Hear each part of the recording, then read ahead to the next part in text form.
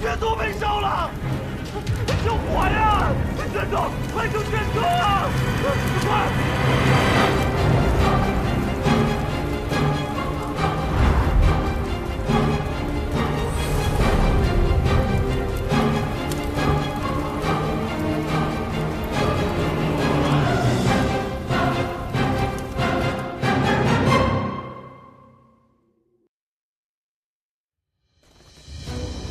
左威卫大将军武安康，多年镇守边陲，数次遇戎狄来犯，为我国土劳苦功高。圣喜2年，硕丹犯境，武将军又率军以一破百，大败硕丹于漠北，获金元之战大捷。今贺武将军回朝，赐青龙黄金简。 金明光铠，再赐康平王府银1000两，绢500匹。所率诸军每人绢5匹，钱10千。钦此。臣叩谢圣恩。武将军，今日议政若有良策，但说无妨。是。诸卿有事奏否？ 臣有本奏。说，龙门赛以贱民互相残杀为乐，为了那一纸贱籍文书，兄弟相残，骨肉分离，无数人因此丧命。臣恳请陛下下旨查封龙门场，革此弊制。真是危言耸听！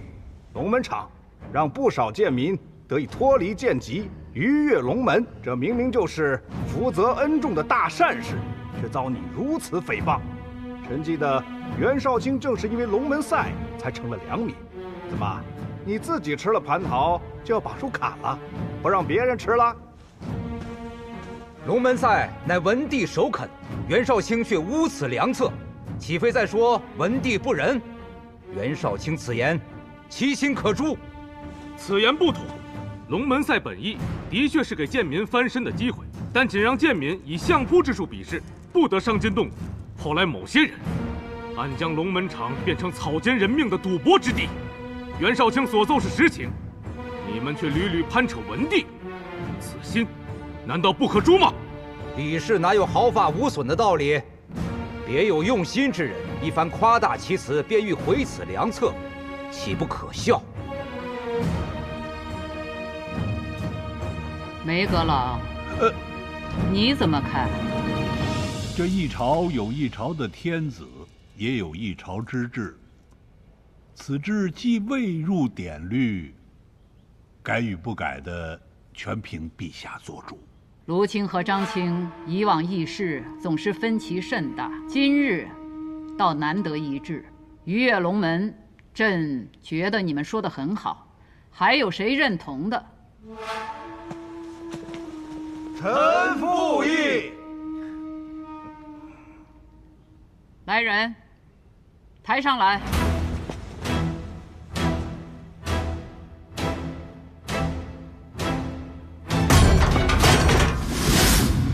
既然此志这么好，朕也打算学学。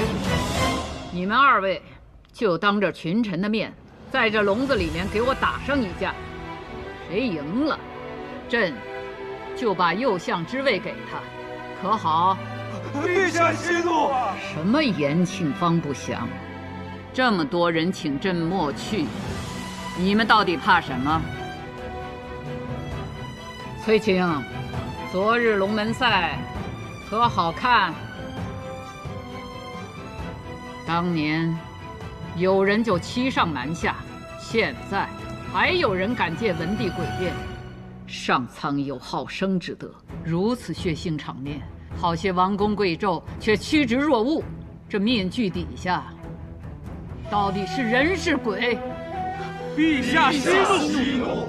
朕即位以来，勒令轻徭薄赋，还礼于民，可还是有些地方有流民逃户。戎狄虎视眈眈，朕调征军饷，却查出国库亏空，桩桩件件哪件不是国事？有些人仗着自己祖上阴德，尸位素餐，不想着如何安民立国，却为维护龙门场这种以人命为乐之所而锱铢必较。崔毅，臣在。你身为刑部侍郎，季卿还未进京就查出你让门客占人田地，干徇私枉法之事，你可对得起你这身上的官服？臣跪对圣恩，万死难赎。国陛下，不要因臣的罪过伤了龙体。陛下，陛下！传圣谕，自今日起，严禁任何人以逼迫、利诱等手段让贱民相搏，若有违者，杖80，流3000里。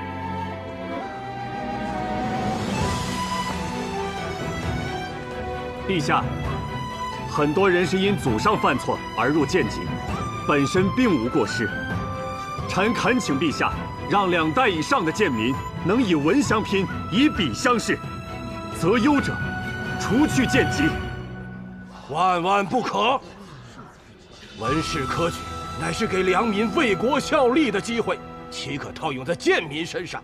若此剑术无分，届时必会宗制崩坏，动摇国本。李老说的有道理，袁绍卿爱民之心是好，但是如此改制，恐怕过犹不及。梅阁老、李老言之有理，此事不必在意了。元清，起身吧。是。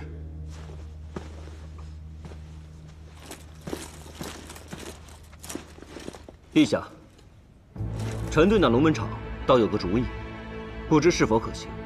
你且说来。一把剑是用来害人，亦或救人，皆因持剑者而不同。以贱民之命取乐，乃是罪孽，但龙门场本身却无罪，又是文帝御批所建，如此查封弃用，甚为可惜。臣提议，让有武艺者到龙门场比武，以此卓拔人才。真是常年带兵的良将，你这提议与朕想设立武举的想法不谋而合。既如此，就先用龙门场打个前锋吧。传旨，改龙门场为武士场，设监官2人，凡优者列入武官查考名册，择优而取。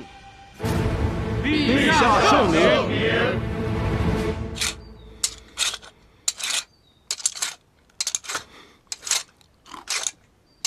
圣上去了龙门场，你帮了袁绍成大忙，他可得好好谢谢你。怎么了？受伤了？我看看。没有，磨得太用力，扭着手腕了。那你这大惊小怪的，要把人吓死啊！就扭了一下手腕，叫这么大声，你也太怕疼了吧你！现在想想，也不知道某人在牢里是怎么过来的。换了我呀，早就什么都招了。听到了吗？可别让彩莲挑大梁，他一上刑啊，就全都招了。说什么呢你？那彩莲啊，最近是不是有什么心事啊？哎呀，有什么事就跟我们说。没有。你不说我就猜了啊，和我们有关？不是啊，那是跟别的女人有关。那是跟男人有关。男人？哪个臭男人敢欺负你啊？不是欺负，我直接告诉你们吧。袁绍成的那个下属，叫顾文宇那个，喜欢我。这是好事儿啊。那你喜欢他吗？喜不喜欢都是次要的，现在还没让那些恶人付出代价，哪有什么心思想感情？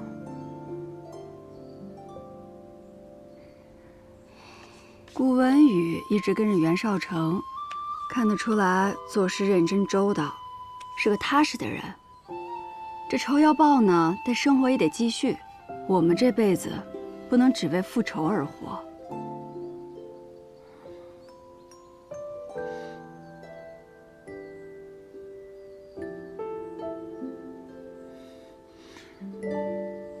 可我若是跟他在一起了，难道能不向他坦白我的过去？他知道了我的遭遇后，心里会没有疙瘩？他心里有了疙瘩，最后受伤的不还是我吗？彩莲，比起那些不幸的过去，更让我难过的是我从废宅逃出来之后。哎，你们说说吧，是不是这么个理？怎么不绑别人呢？就绑了这些女的，肯定是她们衣着不检点，才会被人盯上的。我听好多人在说呀，那余钱是给了他们钱的，他们贪财就自己留下做了家妓。我看呐，他们本就是青楼出身，见钱眼开去伺候人，没想到被余钱那老贼给烧死了。所以我说呀，这女人就得守妇道，哎，规规矩矩的，是不是？对。我经常会想，活下来又怎么样呢？我们永远背负着这些污名，承受着巨大的压力，不敢跟家人团聚。我再也不想要冒任何的险了。平安，你怎么了？平安？没什么，伤口有点痛。爱就是爱，恨就是恨，何必要将两者掺和在一起呢？欺辱我们的是恶人，诽谤我们的是愚人，到头来我们还要自己折磨自己。亲者痛，仇者快，岂不是一样愚昧？可我能怎么办呢？从前朝到大封，虽都民风开放，可只要提到一个女人失去了贞洁，狗屁！贞洁什么的，只是束缚女人的枷锁。自古以来，你见过男人提什么贞洁？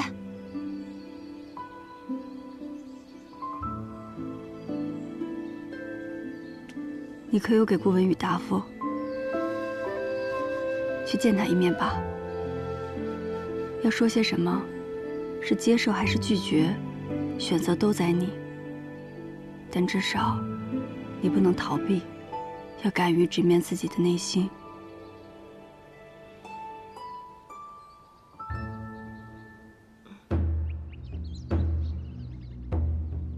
近日，朔丹来函，可汗长女已到了婚龄，朕允准可召选大封王子与朔丹公主和亲，以缔结双方姻亲之谊。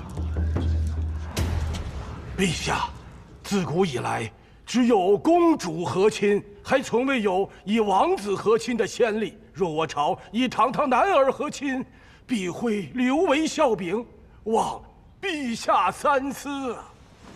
望陛下三思。哼，笑柄。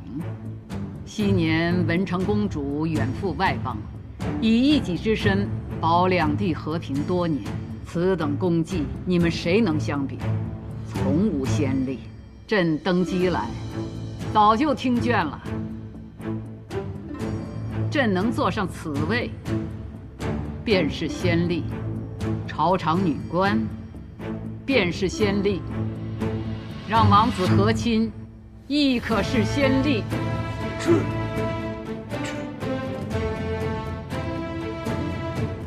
安康，你怎么看？回陛下，臣以为，不论是公主还是王子，以一己换百姓安、士兵回，都不输于将帅之誉，皆乃我大封之荣耀。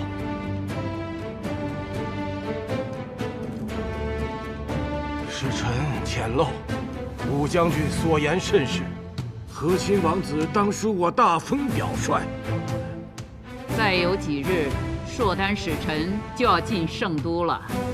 硕丹既有示好之意，要惜盒子，也要扬我大封之威。陛下之命。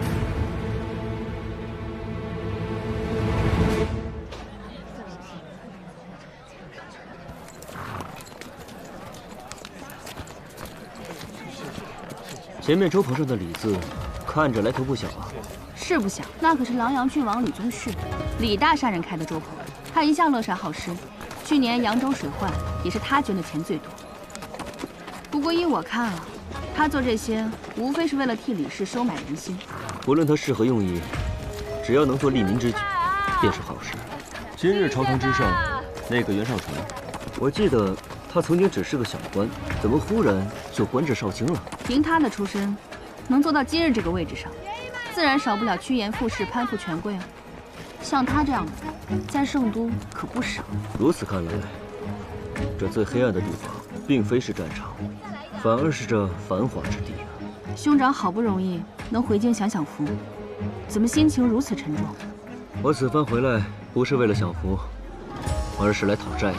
哦，讨谁的债？5年前的汴州仓司使，现如今的户部度支司主事徐清。他呀，那我就知道你要讨的是什么债了。今日在大殿上，怎么没有见到父亲？哦，父亲近来染了暑热，一直在病中，这2日才好了许多。知道你今日入京，他一早就命人洒扫府中上下，就等着你回去呢。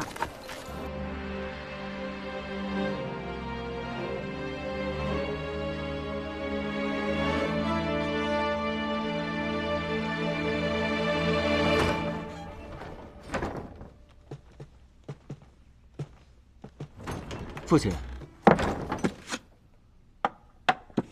你看，这是儿子亲手为你刻的长青树，用的是父亲最喜欢的紫檀木。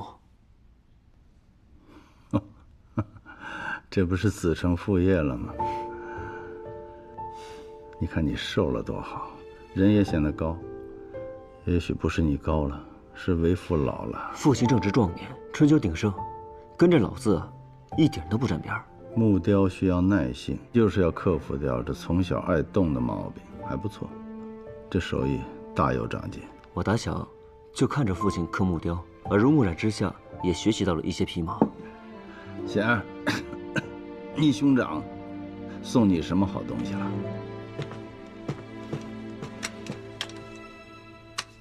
此乃张押九所铸万川剑，以后便是女儿的佩剑了。不愧是兄长，投其所好。硕丹求亲一事，圣上秘而不宣，非要等你进京之后才公之于众。你们可知是何用意啊？圣上欲与武士结亲，是为了彰显皇权正统，此其一也。其二，制衡之道，犹如木桶取水，李氏与武士的木板不能一头长一头短，长短一致，这桶中的水方能平稳。此番圣上之举，是想要收回我的兵权。既然你悟到了，那就交换兵权，回圣都好好谋份差事。父亲，儿子带兵习惯了，不适合圣都，也干不好这儿的差事啊。你知道为父为何好木吗？树死木生，人生60亿轮回，周而复始，犹如木之年轮。缘乃天道，亦是人道。你呀，圆融这儿子还是没有参透。这阵子你就在圣都好好转转，也许能改变看法。贤儿，为父备了冰糖糕，你今日上山，给你母亲送去。女儿还有事，冰糖糕我差下人去送。父亲大病初愈，我跟兄长就不多打扰了。行。哎，一个是圣上跟前的红人，一个是威风八面的将军，这翅膀一硬啊，都不听话了。走吧。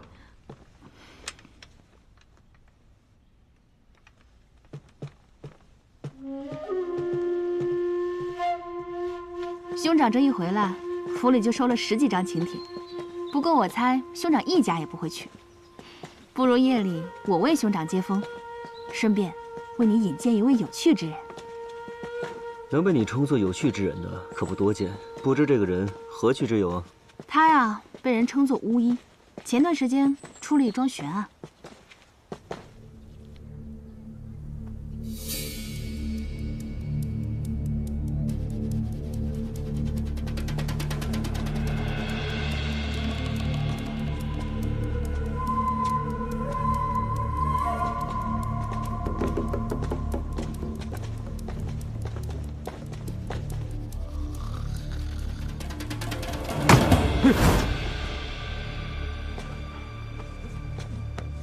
你们是？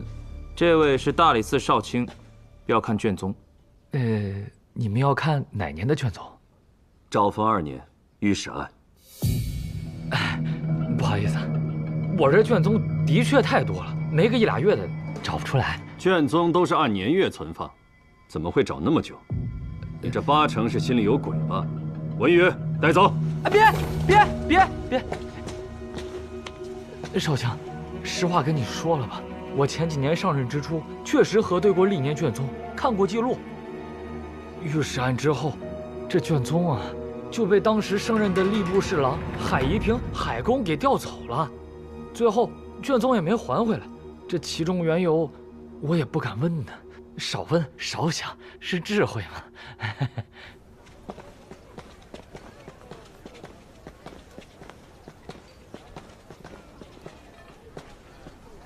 你怎么来了？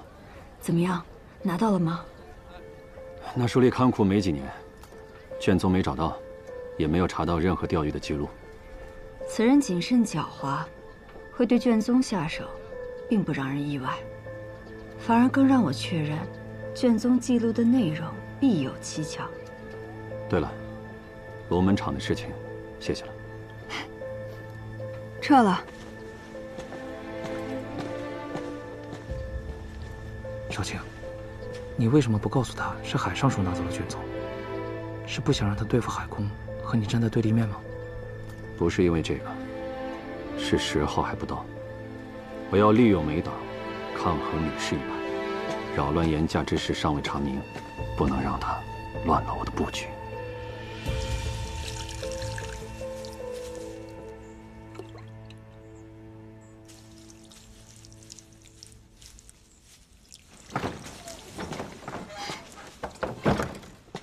霓裳打探到了吗？他呀，灌了吏部书令史那老头不少酒，才问出当年看管案牍库的书吏因渎职被罢免了。谁下的令？海宜平。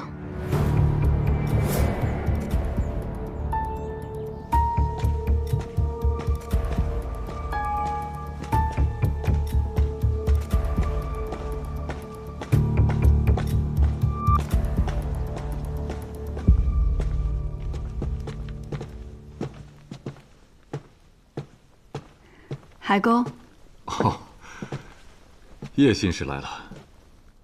叶信使的身体可好些了？老海公惦记，已经恢复的差不多了。在屋里闷久了，出来走走，也想看看海燕的情况。没想到你刚任使职，就有人在背后陷害你。此人是何目的？难道是记恨你对付度量？想来是跟度量有交情的人所为。好在这样一来，此人若再对我下手，也必然会引起圣上的注意。我今日诊治还需与海燕独处，时间会稍长。海公若信得过我，叶信使，把海燕交给你，我10000个放心。有什么需要，尽管吩咐。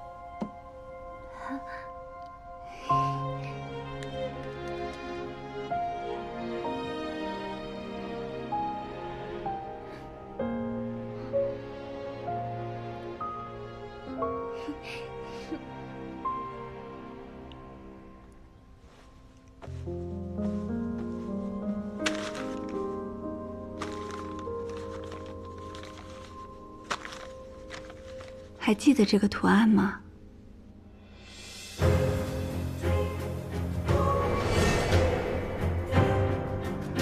上次你画在那名女子的手臂上，她是你阿兄带回来的吗？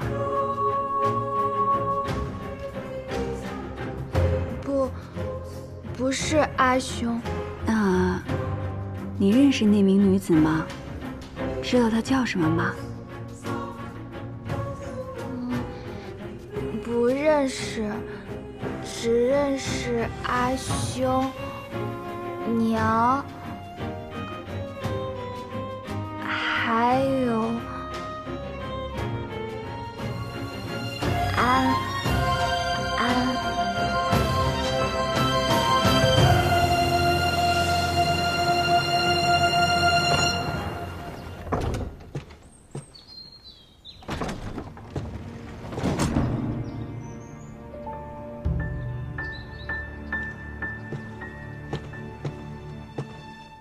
小贪吃鬼呀，快来，快再吃点啊！吃饱了是吧？娘，哎，叶信义来了。哦，人在哪儿呢？还不赶快请进来？他往后院去了。那老身去看看他。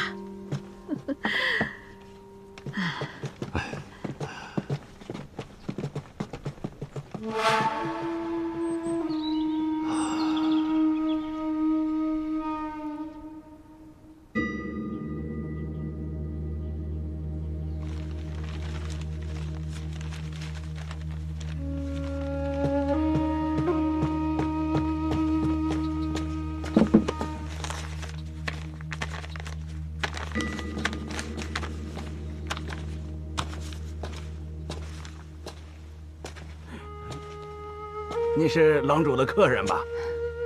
老伯，这里是藏书阁吗？是啊，趁着天气好，拿出来晒晒，防虫蛀嘛。这藏书阁看起来比前院的房屋要新啊。你当真眼尖呐！这里原本不是藏书阁，而是一间客房，可多年前却被一场大火给烧没了，这是重新修建的。大火？这里怎么会起火啊？不好说呀。没什么不好说的。老夫人，这么多年过去了，我儿还珍藏着于前赠给他的这些书册，别人都避讳谈及旧事，但老身没什么可避讳的。客房着火是与10几年前的御史案有关。这个案子，平安也曾听闻过，只是没想到海公竟然与于前相识。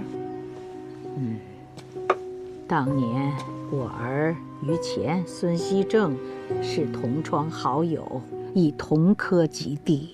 没想到10几年前，于乾因御史案被满门抄斩。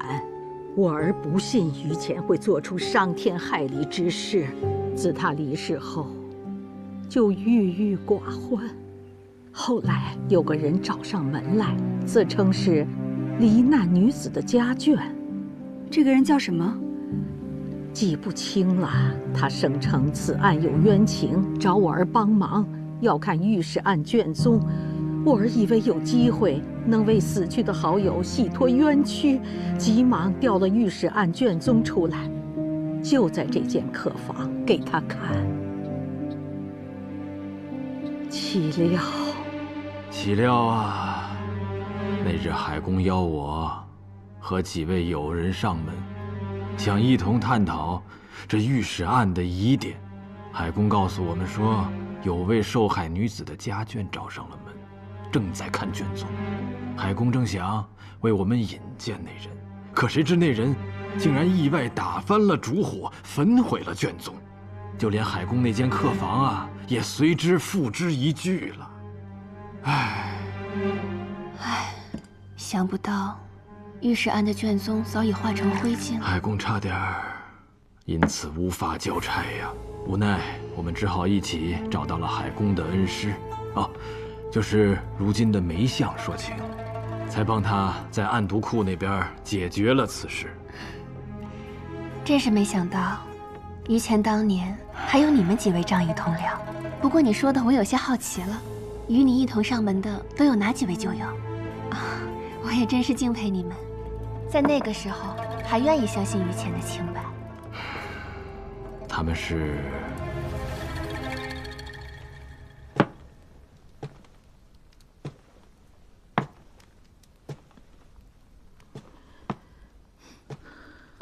娘，您怎么来了？叶心怡走了。来，坐会儿吧，娘。娘，您这是怎么了？方才在后院，我看到当年于乾送你的书册，睹物思人，每每想起他，为娘这心里就堵得慌。当年你将升迁侍郎，于乾蒙冤狱中，写信托人带给你。当时你不在府中，我就先收下了那封信。我就知道他是被冤枉的，儿啊，于乾已将他全家的性命和清白都寄托于你了，你务必想办法救他呀！娘，您放心吧，于乾与儿是挚友，我一定想尽办法相救。可怜呐，他是那么的刚正不阿，是个清正廉洁的好官呐，终究还是含恨而终。娘，往事已过，您也莫要再因此伤怀了，身体重要。儿送您回去歇着吧。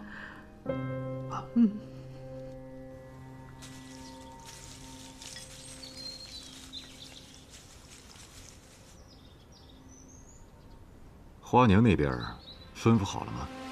一切都已准备妥当，郎主放心吧。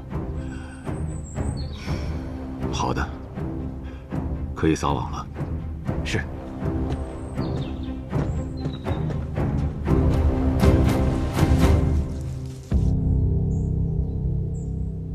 除了孙熙正以外，其他目睹卷宗被烧的人，他们所说也都一致。海夷平确实是于乾多年的挚友，甚至在御史案之后，还为于乾说过好话。我看，那个纵火的人根本不是什么受害者家眷，找了这么多年，最后连卷宗的线索也要断了。丹心，我知道，你一直想为愚公洗清冤屈，我们已经努力这么久了，现在更要沉得住气。我不是不明白，我只是为愚公惋惜。他本已官至侍郎，可就因为为民请命得罪了高官，才从侍郎又被贬至了8品。如此刚正不阿之人，最后还是栽在了小人手上。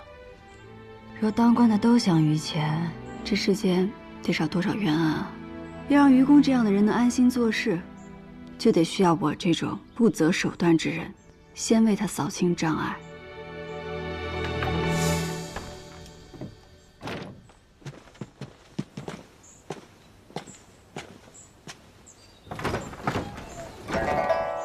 武舍人，看样子伤好的差不多了，别老闷在屋子里。来，把这个换上。这是何意？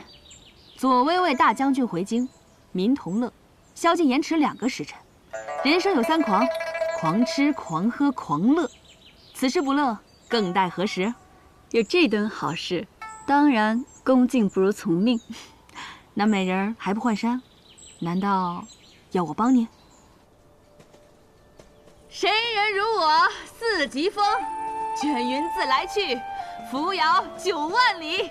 天地只掌间，畅快，真畅快。武舍人，哎，别这么叫，煞风景。以后都叫我显儿。显儿，你现在的样子跟我想象的判若两人。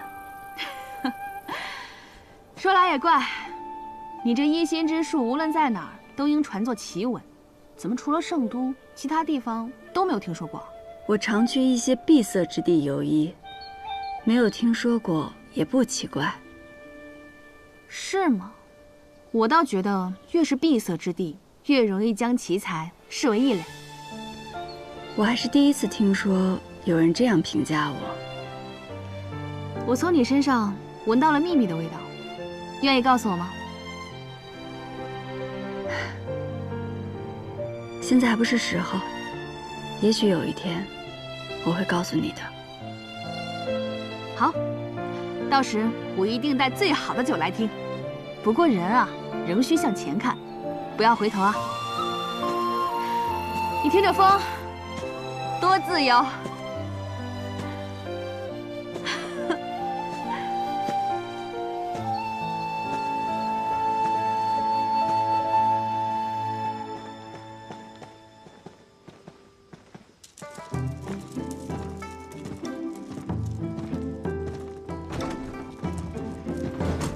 怎么样，这万国香，今日我全包了。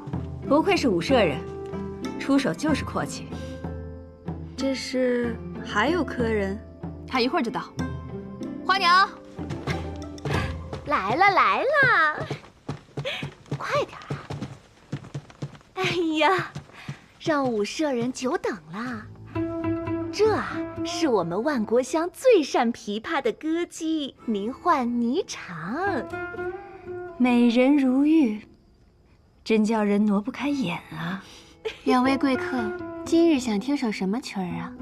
平安，你是客人，你来选吧。客随主便。我看两位贵客气宇不凡，那今日就来一曲《木兰辞》吧。好，这首我喜欢。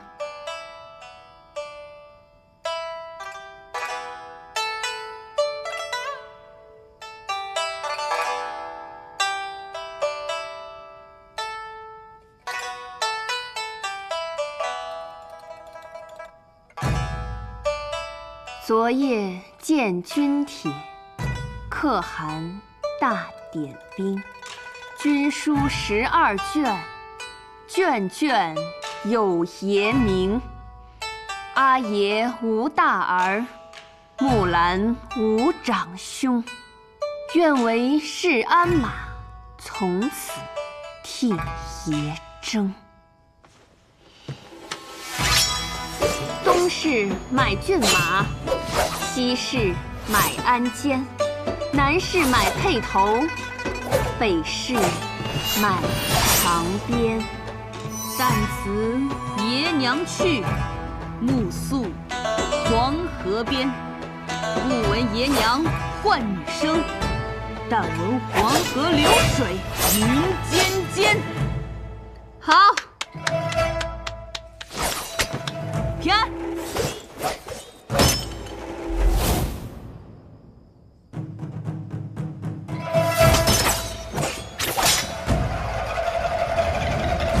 起不容机，关山杜若飞。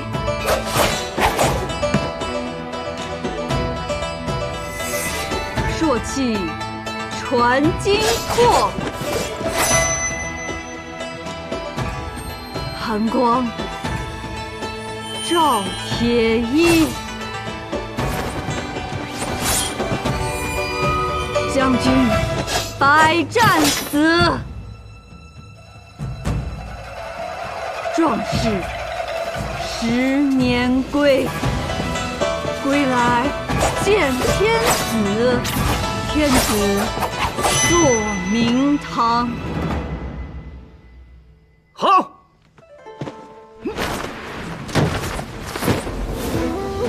好。好一个巾帼不让须眉！叶姑娘舞剑看似恣意随性，但横剑刺出时却锋芒毕现。你知道我？老李2进2出的一心之才，我戍边归来，显而就与我讲了不少你的故事。原来是武大将军，平安幸会。你让我查的，去年从圣都调去扬州修河堤的工匠，我已经盘问过。河堤坍塌背后的确有蹊跷，跟那个大善人李宗旭有关。河堤坍塌导致盐田被淹，盐价节节攀升，最终获利的只有他李宗旭。少卿，你这阵子就没歇过，盐价日涨之事还得慢慢查。今夜武将军回京，宵禁盐食，不如好好放松一下。我看某人是急着去夜会佳人吧。对了，武将军回朝，谁给他接风洗尘啊？好些贵人都递了名帖给他，可将军都没去。但我听说有人看见他进了万国乡。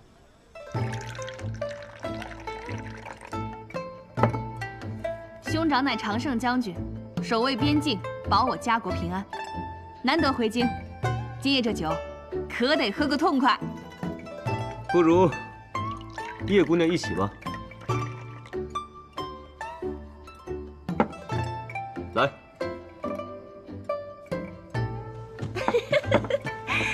三位贵客啊，我万国乡近日新来了一名舞姬，舞姿卓绝，连武舍人也未曾见过。今日既然为大将军接风，不如把他唤来一舞可好？没见过的，那倒是新鲜。我现在就去把他唤来。为武将军接风洗尘，这热闹怎少得了我呀？袁绍卿这5年在圣都养尊处优，这面色看上去可比当年在军营好上不少了。没想到兄长与袁绍卿竟是旧相识。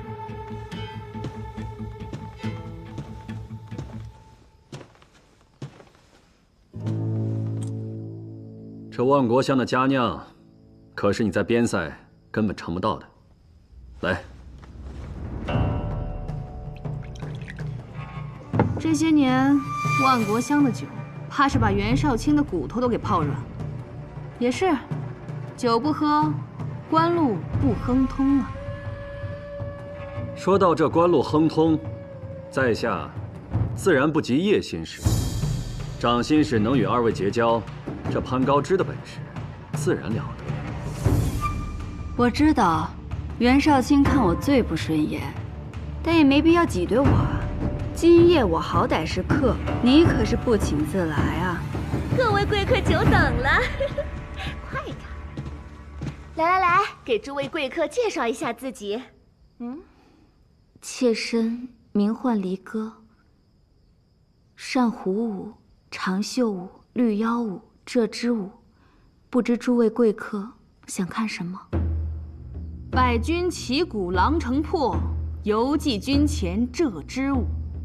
就来鹧鸪舞吧。鹧鸪舞好，鹧鸪舞好啊！诸位啊，可要好好欣赏。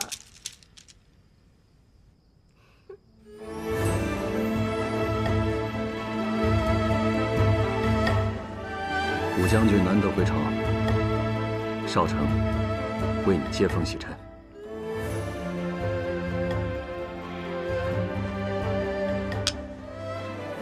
这万国香的酒也没那么好喝。明日武士场，你我在会上一会。好。你既有邀，我怎能不去？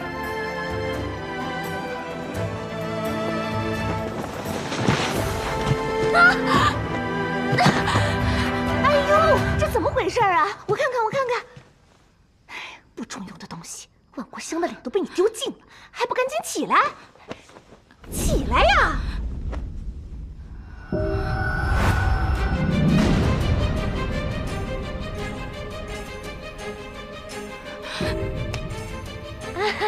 还不赶紧起来给各位赔礼！快点儿！还不快给各位贵客赔不是？是我不好，我向诸位赔罪。你先送他回去吧。我的错，我的错。